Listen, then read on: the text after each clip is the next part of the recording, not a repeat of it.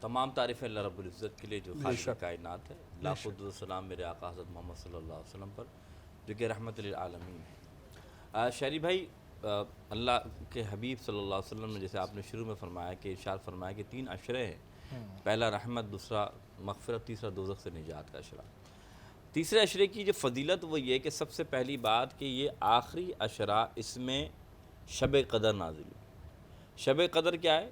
یہ وہ رات ہے جو 1000 مہینوں میں اگر آپ عبادت کرتے ہیں تو اس ایک رات کی عبادت 1000 مہینوں کے برابر ہو جاتی ہے۔ اس لیے فرمایا گیا جو طاق راتیں 5 آتی ہیں تو ان میں آپ شب قدر تلاش کریں، اور یہ ایسی عشرے میں آتی ہیں، 21 ہے، 23 ہے، 25 ہے، پھر آپ 27 پھر 29 تو یہ 5 راتیں جو ہے ایسی راتیں ہیں جو اللہ تعالیٰ جن میں سے کسی ایک رات کو بھی شب قدر کرتا ہے۔ پھر اب اللہ نے فرمایا شہر رمضان الذی انزل فیہ القرآن، رمضان وہ جس میں ہم نے قرآن اتارا، تو قرآن اگر دیکھا جائے تو شب قدر میں اترا۔ شب قدر کس عشرے میں؟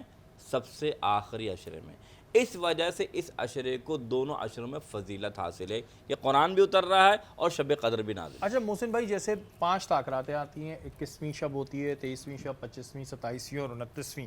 اب بہت سے لوگ کہتے ہیں کہ جی 27ویں، کیونکہ 27ویں شب کو قرآن پاک نازل ہوا تھا تو 27ویں شب کو لوگ زیادہ تر طاق رات کہتے ہیں، لیکن ابھی تک طاق رات کون سی ہے یہ نہیں پتا، یہ اللہ میاں نے کہا تلاش کرو۔ بالکل اصل میں دیکھیں اللہ کے حبیب صلی اللہ علیہ وسلم کو یہ معلوم تھا، تو حضور صلی اللہ علیہ وسلم جب امت کو بتانا آ رہے تھے تو حدیث میں آتا ہے کہ 2 مسلمان آپس میں جھگڑ رہے تھے، تو جب وہ جھگڑ رہے تو اللہ تعالیٰ نے وہ بھلا دیا کہ وہ 27 ہے، 29ویں ہے یا 21ویں ہے۔ اور اس میں فضیلت یہ، جب آپ ہر طاق رات میں جاگتے ہیں، رسول کریم صلی اللہ علیہ وسلم کے بارے میں آتا ہے، جب آخری عشرہ آتا تو اللہ کے رسول کے بارے میں آتا حضور کمر کس لیتے، خود بھی ساری رات جاگتے اور اپنے جتنے بھی خاندان والے انہیں بھی جگاتے کہ اٹھو عبادت کرو۔ تو آپ کو سب سے بڑا فائدہ یہ ہے کہ جب آپ تلاش کرتے ہیں شب قدر کو، 21ویں کو، 23ویں کو، تو آپ کو فضائل یہ ملتے ہیں کہ کوئی نہ کوئی رات تو ملے گی، لیکن اللہ کے رسول نے فرمایا اللہ ہر رات بندے کو دوزخ سے نجات عطا فرماتا ہے، اور ہر رات یہ جو عشرے کی جو رات ہے، ہر رات اللہ تعالیٰ جو جائز آپ دعا مانگیں اللہ قبول فرماتا ہے۔ اچھا یہ بھی ہے کہ ان راتوں میں عبادت کر کے اگر ہمیں طاق رات نصیب ہو جائے، جس پہ ہم چاہتے ہیں کہ جی اگر شب قدر نصیب ہو جائے کہ ہزاروں مہینے سے، تو اس میں عبادت کرنے کا کتنا گنا ثواب ملتا ہے؟ میں نے جیسے پہلے عرض کی کہ فرمایا نا کہ اللہ تعالیٰ کے حبیب اللہ صلی اللہ علیہ وسلم نے اور قرآن میں اللہ فرمایا انا انزلنا فی لیلۃ القدر وما ادراک ما لیلۃ القدر لیلۃ القدر خیر من الف شہر۔ فرما رہا ہے کہ تم نے اگر آپ نے ایک سبحان اللہ پڑھی ہے تو 1000 مہینے جب آپ سبحان اللہ ایک مرتبہ پڑھتے تو آپ کتنے آپ فضائل بن جاتے۔ تو ایک سبحان اللہ، ایک نفل یعنی 2 نفل پڑھنے کا ہزاروں مہینوں سے زیادہ آپ کو ثواب مل رہا ہے۔ تو آپ، میں پھر آپ سے کہوں طریقہ کار کر لیں، جیسے آج آپ سمجھ لیں کل 23ویں ہوگی تو آپ پوری رات نہیں جا سکتے نا، تو آپ ایسا کر لیں کہ 100 مرتبہ استغفار پڑھ لیں، 100 مرتبہ آپ سبحان اللہ پڑھ لیں، 100 مرتبہ درود شریف پڑھ لیں۔ اگر یہ شب قدر ہوئی تو آپ 1000 مہینوں سے زیادہ فضائل کے لحاظ سے آپ کو 100 مرتبہ استغفار کے ہزاروں استغفار پڑھنے کا ثواب مل جائے گا، ہزاروں درود شریف پڑھنے کا ثواب مل جائے گا۔ کچھ تو عمل کیجئے۔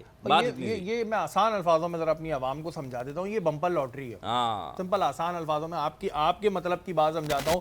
آپ کسی چیز میں انویسٹ کرتے ہیں، آپ کو اگر اس میں تھوڑا بہت 1-2 گنا پروفٹ مل جاتا تو آپ بڑا خوش ہوتے ہیں کہ یار اتنا پروفٹ ہو گیا۔ یہ تو وہ چیز ہے جس میں آپ کو ٹھیک ٹھاک ڈبل ٹرپل پتہ نہیں کتنے گنا آپ کو پروفٹ مل رہا ہے۔ تو بھائی ان راتوں میں آپ زیادہ سے زیادہ عبادت کریں جتنی کر سکتے ہیں۔ میں یہ نہیں کہہ رہا کہ آپ کو، شاید بہت سے لوگ یہ کنفیوز ہوتے ہیں کہ جی ہمیں تو اتنی آتی نہیں، تو جتنی آتی ہے نا عبادت، کلمہ تو پڑھنا آتا ہے نا، وہ پڑھ لیں، اس میں ہی جو ہے آپ کا بیڑا پار ہو جائے گا۔ اعتکاف کی اگر ہم بات کرتے ہیں، لوگ اعتکاف میں بیٹھتے ہیں، اس کی تھوڑی شرائط ہمیں بیان کیجیے گا۔ دیکھیں اعتکاف سنت موقدہ للکفایہ، یعنی سنت موقدہ ہے، اور سنت موقدہ سے مراد یہ کہ یہ 10 دن کا جو اعتکاف ہوتا ہے اس کے لیے روزہ شرط ہے، اگر روزہ نہیں ہوگا تو اعتکاف بھی نہیں ہوگا۔ دوسری بات، اگر آپ اس کو دیکھ لیں کہ یہ اعتکاف مسجد میں، جو مسجد کہا تھا اس میں لازمی، جنہیں سنت موقدہ ہے، اللہ کے رسول صلی اللہ علیہ وسلم نے اعتکاف فرمایا۔ اور اس کے ساتھ ساتھ جب 20واں جو روزہ ہوتا ہے، یعنی 20ویں روزے کی جو مغرب کی نماز یعنی اذان ہوتی ہے، اس سے پہلے سورج غروب ہونے سے پہلے آپ نے مسجد کے اندر حاضر ہونا ہوتا ہے۔ 10 دن کا یہ عشرہ، یعنی 10 دن کا آپ کا اعتکاف ہوتا ہے، یعنی جب شوال کا چاند یعنی عید کا چاند نکلتا ہے اس سے پہلے یعنی کہ آپ اعتکاف میں رہیں، جیسے ہی چاند نکلے گا آپ اعتکاف سے باہر آ جائیں گے۔ لیکن اس کا ثواب کیا ہے؟ حضور نے فرمایا جو شخص اعتکاف کرتا ہے 10 دن کا اور اللہ کی عبادت اور اللہ کے رسول کی پیروی کرتا ہے، جب وہ اعتکاف سے نکلتا ہے تو 2 عمرے اور 2 حج کا ثواب سبحان ملتا ہے۔ اللہ سبحان اللہ۔ اچھا اعتکاف میں بہت سے لوگ بیٹھ کے جو کیونکہ اس میں ظاہر ہے آپ نے دینی کاموں کے لیے آپ بیٹھے، لوگ دنیاوی کاموں میں لگ جاتے ہیں جی، موبائل پہ اپنی ویڈیوز دیکھ رہے ہیں، فون پہ بات کر رہے ہیں، ایسی صورت میں اعتکاف کیا ٹوٹ جاتا ہے یا ان کا اعتکاف جو ہے وہ صحیح نہیں رہتا؟ دیکھیں شرعی طور پہ اعتکاف تو ہوگا، مثلا کہ وہ مسجد کے ہاتھ میں، لیکن اس کے اثرات، اس کی ثواب اور اس میں کمی آنا شروع ہوگی۔ اور اگر یہ شخص دنیاوی کام کر رہا ہے تو یاد رکھیے کہ اعتکاف کے اندر دنیاوی کام، کھانا پینا، غیر ضروری بات نہیں، بات چیت کرنا، وہ بھی عبادت میں یا پھر اس کو اجازت ہے۔ لیکن اگر وہ غیر ضروری کام، موبائل کا بلا فائدہ استعمال، ویڈیوز دیکھنا، یا پھر گفت و شنیر کے جمگٹھا بنا لیا، گروہ بنا لیا اور آپس میں آپ نعوذ باللہ گپے مار رہے ہیں، ایسا ہو رہا ہے، تو یہ تو گناہ کا ذمہ میں آئے گا اور یہ کام بہت غلط ہے۔ لیکن اعتکاف نہیں ٹوٹے گا، لیکن وہ شخص گناہ گار ہو جائے گا۔ اچھا خواتین کے لیے کیا شرائط ہوتی ہیں اعتکاف میں، وہ کس طرح اعتکاف میں بیٹھ سکتی ہیں؟ اچھا ہم مثال کے طور پہ گھر میں ایسا ہوتا ہے کہ جو ہمارے گھر میں ایک جگہ مختص ہوتی ہے جیسے ہم نماز کے طور پر استعمال کرتے ہیں، اسے مسجد بیت کہا جاتا ہے، یعنی کہ سجدہ کرنے کی جگہ ہے گھر پہ۔ تو اس احاطے میں کوئی خاتون ایک پردہ لگا لیں اور اس میں وہ آرام سے جو 10 دن کا اعتکاف ہے وہ کر لیں۔ کوشش کی جائے کہ غیر محرم، یعنی کہ محرم سے شوہر مل سکتا ہے، ان سے بھائی مل سکتا ہے، باپ مل سکتا ہے، وہ بھی کوئی ضروری کام ہو تو مل لیں، لیکن 10 دن کے اعتکاف میں غیر محرم سے ملاقات نہ ہو۔ کوشش کریں اللہ تعالیٰ اور اس کی رسول کی اطاعت کرتے ہوئے جو قرآن و حدیث اب میں اگر عورت ایک گھر میں کھانا پکانے والی اکیلی ہے تو کیا وہ اعتکاف سے جا کے کھانا پکا کے واپس اعتکاف میں آ کے بیٹھ سکتی ہے؟ اب گھر میں کوئی اور نہیں ہے، ٹھیک ہے، کلام نہ کرے، بات نہ کرے، کوشش کر اور جا کے وہ کھانا بنا لے۔ اگر واقعی کوئی نہیں ہو اعتکاف کر رہا تو بالکل اس کا اعتکاف ہو جائے گا۔ ہو جائے گا۔ یہ میں سوال پوچھ رہی، لوگ کنفیوز ہوتے ہیں، مردوں کو تو چلیں جی بہت ساری چیزیں پتہ ہوتا ہے، عورتوں پہ ہم آ کے تھوڑا ظاہر کنفیوز ہوتے ہیں۔ شہباز بھائی ایک ہم بات کر رہے تھے کہ ہر چیز کی جعلی پروڈکٹ تیار ہونے لگتی ہے، ایک تو ہمارے یہاں ایسے ایکسپرٹ لوگ بیٹھے ہوئے نا بالکل کاپی ٹو کاپی بنا دیتے ہیں، اس سے کتنا نقصان ہوتا ہے؟ اور جو ادارے جن کا کام ہے ان چیزوں کے اوپر ایکشن لینے کا، کیا وہ لیتے ہیں کہ جو پروڈکٹ کی ہمارے یہاں کاپیز بن جاتی ہیں؟ جی انفارچونیٹلی جیسا ہم ڈسکس کر رہے تھے اس پر، اس سے بہت سارے نقصانات ہوتے ہیں۔ ایک تو جعلی پروڈکٹ بنانے سے جو ہے وہ امپلائمنٹ اس انداز سے جنریٹ نہیں ہوتی جس طرح جنریٹ ہونی چاہیے۔ دوسری چیزیں یہ ہے کہ صحت ایک امپورٹنٹ فیکٹر ہے۔ جعلی پروڈکٹ جو ہے وہ ضروری نہیں ہے کہ وہ اس کوالٹی کی بن رہی ہو جس کوالٹی کی بنانی چاہیے۔ تیسرا جو ہے وہ گورنمنٹ کو ٹیکسز نہیں ملتے ایونچولی۔ اور پھر چوتھا یہ کہ جو ادارے کام کر رہے ہیں جن کی ذمہ داریاں ہیں، اگر وہ صحیح طریقے سے کام کریں تو شاید یہ جعلی پروڈکٹ بننا بھی جو ہے وہ کم ہو جائے، میں نے بند ہو اپنے جائے۔ اتنے پروگرامز میں جا کے دیکھا ہے، اتنا کھلے عام کام ہو رہا ہوتا ہے۔ اب وہ آپ والی بات تو صحیح ہے کہ ظاہر کوالٹی تو وہ نہیں ہوتی، صرف وہ پیکنگ کے اوپر اپنا کام کرتے ہیں کہ اوپر سے وہی لیول ہوتا ہے لیکن اندر سے تو بہت ہی برا حال ہوتا ہے۔ تو یہ جو ادارے جن کا کام ہے یہ پیسے لینے کا، وہ پھر تو لگ رہا ہے سو رہے پڑے ہوئے، یا پھر ان کا ہی پھر آشیوات ہوتا ہوگا کہ بھائی چلو بنا لو۔ یہی تو میں نے عرض کیا نا، بڑا انفارچونیٹ ہے کہ ہم میں سے کوئی بھی ملک کے بارے میں نہیں سوچتا۔ ہم ہمیشہ اپنے بارے میں سب سے پہلے سوچتے ہیں، اور اس میں بھی یہ ضروری نہیں ہے کہ ہم اپنے لیے اچھا ہی سوچ رہے ہوتے ہیں، کیونکہ جب آپ 2 نمبر کام کرتے ہیں تو وہ آپ اسلام کے معاملات میں بھی جو ہے وہ آپ کس حد تک کھڑے ہوئے ہیں ایز اے مسلمان، تو میں چیٹ کر رہا ہوں نا، اور چیٹنگ جو ہے وہ اسلام میں منع ہے، تو میں کس حد تک کیا کام کر رہا ہوں مجھے خود بھی اپنے گریبان میں جھانکنا چاہیے۔ کہ جیسے میں عرض کر رہا تھا کہ اپنی بوٹی کے لیے اگلے کا بکرا حلال کر دیتے ہیں، تو ہماری سوچ بڑی شارٹ ٹرم ہے۔ اس شارٹ ٹرم جو ہے وہ سوچ کو ختم کرنے کی اور بڑا دکھ ہوتا ہے یہ چیزیں دیکھ کے، بھائی ایک بیچارہ انڈسٹریلسٹ ہے، وہ اتنا حلال پیسہ لگا کے اپنی پروڈکٹ بنا رہا ہے، ایک بندہ چھوٹی سی جگہ پر وہی گندے طریقے سے بنا کے دے رہا ہے۔ اس میں دکاندار بڑے انوالو ہوتے ہیں، ان کو پکڑا بھی ہے میں نے کئی دفعہ، انوالومنٹ ہوتی ہے ان کو پتہ ہوتا ہے جی یہ بہت ہمیں سستی دے رہا ہے تو کیوں دے رہا ہے، کمپنی سے نہیں لیتے ہیں، پھر باہر سے لے کے اس کا استعمال کرتے ہیں۔ تو یہ چیز بڑی غلط ہے، اور جن اداروں کا یہ کام ہے پکڑنے کا، بھائی تھوڑے سے ہوش کے ناخون لے لو، آنکھیں کھول لو، ملک کے بارے میں بھی سوچ لو۔ کھا لیا جتنا لوگوں نے کھانا تھا، اب تھوڑا ملک کے بارے میں سوچنے کی ضرورت ہے۔ ارسلہ ہمارے یہاں جو ہم ڈراماز دیکھتے ہیں اس میں زیادہ تر اس طرح کے ڈراماز زیادہ چلتے ہیں جس میں عورتوں پہ ظلم ہو رہے ہوتے ہیں، ٹھیک ٹھاک ظلم ہو رہے ہوتے ہیں۔ تو یہ کیا وجہ ہے؟ ایسا ہی پروڈکٹ لوگ دیکھنا چاہ رہے ہیں یا ڈائریکٹرز کے پاس اب اور کوئی سٹوری نہیں رہی ہے جس میں عورت پہ ظلم ہو رہا ہے اس کی ٹی آر پی ہائی ہے؟ اچھا نہیں، دیکھیں ایسا بالکل نہیں ہے کہ اور ہمارے پاس جو ہے وہ سٹوریز نہیں بچی ہیں۔ آپ یقین کریں، آپ کوئی نارمل ڈرامہ اٹھا لیں جس میں ایک سیدھی سی کہانی چل رہی ہوگی، آپ اس کی ریٹنگز دیکھ لیں اور آپ ایک اس سٹوری کی ریٹنگ دیکھ لیں جس میں ظلم ہو رہا ہے، پٹائیاں لگ رہی ہیں اور ہاتھ جلایا جا رہا ہے کچن میں اگر وہ کام کر رہی ہے تو، اور شوہر جو ہے وہ سائیڈ نہیں لے رہا ہے بیوی کا، ماں کی سن رہا ہے، اس کی ریٹنگز آپ کو زیادہ ملیں گی۔ ہاں یہی تو میں کہہ رہا لوگ ہوں، دیکھنا چاہ رہے ہیں، اس لیے ہمارے یہاں بنایا جا رہا ہے۔ تو لوگوں کو کیا مزہ آتا ہے مطلب اچھا اس میں بھی عورت ہی عورت کی دشمن دکھا رہے ہیں، اس میں بھی دو مرد کا شادیاں رول دکھا تھوڑا رہے سا ہیں، ہی ہوتا ہے. یا تو پھر جو ہے وہ عورت کی دشمن دکھا رہے ہیں، یا پھر شادیوں پہ چیزیں چل رہی ہوتی ہیں تو وہ دیکھنا چاہ رہے ہیں نا لوگوں کو مزہ آتا ہے، ان کو کچھ مرچ مسالہ چاہیے. سیدھے سیدھے ڈرامے آپ جتنے بھی اٹھا لیں آپ کو کوئی ریٹنگز نہیں اچھا ملیں. کوئی نصیحت آموز ڈرامے بنتے ہیں نا تو اس کی ریٹنگ کم آ جاتی ہے، اور کوئی چٹپٹا سا ڈرامہ ہوتا ہے اس کی ریٹنگ فوراً زیادہ ہو جاتی ہے اور اس کے کریکٹرز کو لوگ سیریس بھی ماننے لگتے ہیں. سیریس بھی، اور دوسری چیز یہ بھی ہوتی ہے بعض اوقات کہ آرٹسٹوں کو بھی میں دیکھتی ہوں کہ پھر وہ بڑا ان لوگوں کو کچھ عرصے کے لیے بڑا چڑھا دیا جاتا ہے. ایک ساتھ اگر کوئی 2 ڈرامے چل رہے ہیں اور وہ دونوں ہٹ چلے گئے جبکہ دونوں کی سٹوریز وہی ہے جس پہ آپ بات کر رہے ہیں، لیکن ڈزنٹ میٹر، تو وہ بھی ساری چیزیں ساتھ ہی چل رہی ہوں گی اور اس کو اتنا نوٹس نہیں کیا جا رہا ہوگا. تو ہمارے یہاں چاہیے ان لوگوں کو دیکھنا ہی یہی ہے. ڈزنٹ میٹر کہ آپ کون سے آرٹسٹ ہیں، کیا کر رہے ہیں، کیا نہیں کر رہے ہیں، یہ چیزیں اب کچھ چاہیے ہی نہیں، سب کو مرچ مسالہ چاہیے. اچھا مجھے اتنا مزہ آتا ہے ایسی ماڈرن لڑکیاں جو عام دنوں میں بڑی ماڈرن ہیں، ان پہ ایسا ظلم ہوتا ہو دکھا رہا ہوتا ہے، لوگ ایسے دعائیں مانگ رہے ہوتے ہیں جیسے اصلی میں اس پہ اتنا ظلم ہو رہا ہے. بھائی آپ یہ بات کر رہے ہیں، میرے ساتھ ایک بار ایسا چھوٹا سا واقعہ میں آپ کو سناتی ہوں. ہوا تھا کہ میں نے کوئی کیریکٹر پلے کیا تھا جس میں کوئی کیریکٹر میرا کچھ اس طرح کا تھا کہ وہ بھائی مجھے کسی کا گھر برباد کرنا تھا. سمجھ لیں آپ اس طرح سے کہ دوسری شادی کر لی اور وہ دوسری عورت آ گئی اس کے اوپر، اس طرح کا. خیر ہم ڈیٹیلز میں نہیں جاتے. ایک انٹی ملی مجھے باہر، میں اپنی فیملی کے ساتھ تھی، اینڈ شی واز لائک آ کر مجھے کہتی ہیں کہ بیٹا تمہیں شرم نہیں آئی، تم نے کیا کیا اس کے ساتھ، تمہیں بالکل احساس نہیں ہوا کہ تم نے اس کا گھر تباہ. میں نے کہا آنٹی، مجھے تو لگا مارنے لگی ہیں تھوڑی دیر بعد مجھے. میں نے کہا aunty that was just a character. میں نے کہا وہ ایک کردار تھا، ایسا ہم نے ریئل میں نہیں. بیٹا آپ کو شرم آنی چاہیے. میں نے کہا ارے میری فیملی میرے ساتھ. اچھا یہ جو انہوں نے بات کی اس کو ابھی ہم اور بھی ڈسکس کریں گے. یہ بڑی انٹرسٹنگ بات ہے کہ لوگ کریکٹر کو سیریس لینے لگتے ہیں اور اس کے بعد کیا کیا کرتے ہیں وہ بھی ہم جانیں گے. شہباز بھائی اگر ہم بات کریں اپنے انڈسٹریلسٹ کی، تو انہیں اگر ہم چاہتے ہیں کہ گرو کریں، ہماری انڈسٹریز گرو کریں، تو گورنمنٹ کی سطح پر کیا آپ سمجھتے ہیں فیصلے ہونے چاہیے جس سے جو انڈسٹریلسٹ ہیں انہیں بھی فائدہ ہو اور ان کا جو فائدہ ہے وہ ہمیں بھی ہو؟ دیکھیں ابھی تک ہمیں شاید آپ کو بھی یاد ہوگا کہ 60s میں جو ہے وہ مطلب یاد مینس کہ آپ نے سنا ہی ہوگا. 60s میں جو ہے وہ Pakistan was a Asian tiger, اور اس کی وجہ یہ تھی کہ ایک انڈسٹریلائزیشن ہو رہا تھا اور چیزیں آگے بڑھ رہی تھیں اور ہماری پروڈکٹس، ہماری چیزیں، ہم جو ہے وہ بہت کچھ کر رہے تھے اس وقت. دنیا ہم سے جو ہے وہ انجینئرنگ پہ بھی باتیں کرتی تھی اور بہت ساری اور چیزوں پہ بھی باتیں کرتی تھی.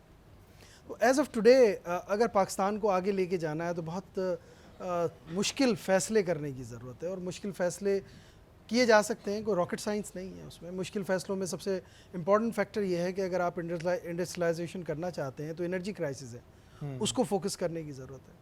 اگر آپ کے پاس بجلی نہیں ہوگی، آپ کے پاس پانی نہیں ہوگا، آپ کے پاس گیس نہیں ہوگی، آپ کے پاس انفراسٹرکچر نہیں ہوگا، تو آپ پروڈکشنز کیسے کریں گے؟ آپ پروڈکشن نہیں کریں گے تو پھر اگین وہ وشس سائیکل جو میں نے کہا کہ آپ جب کوئی چیز پروڈیوس نہیں کریں گے تو اسے سیل لوکل مارکیٹ میں یا ایکسپورٹ دونوں جگہوں پر آپ کیسے کریں گے؟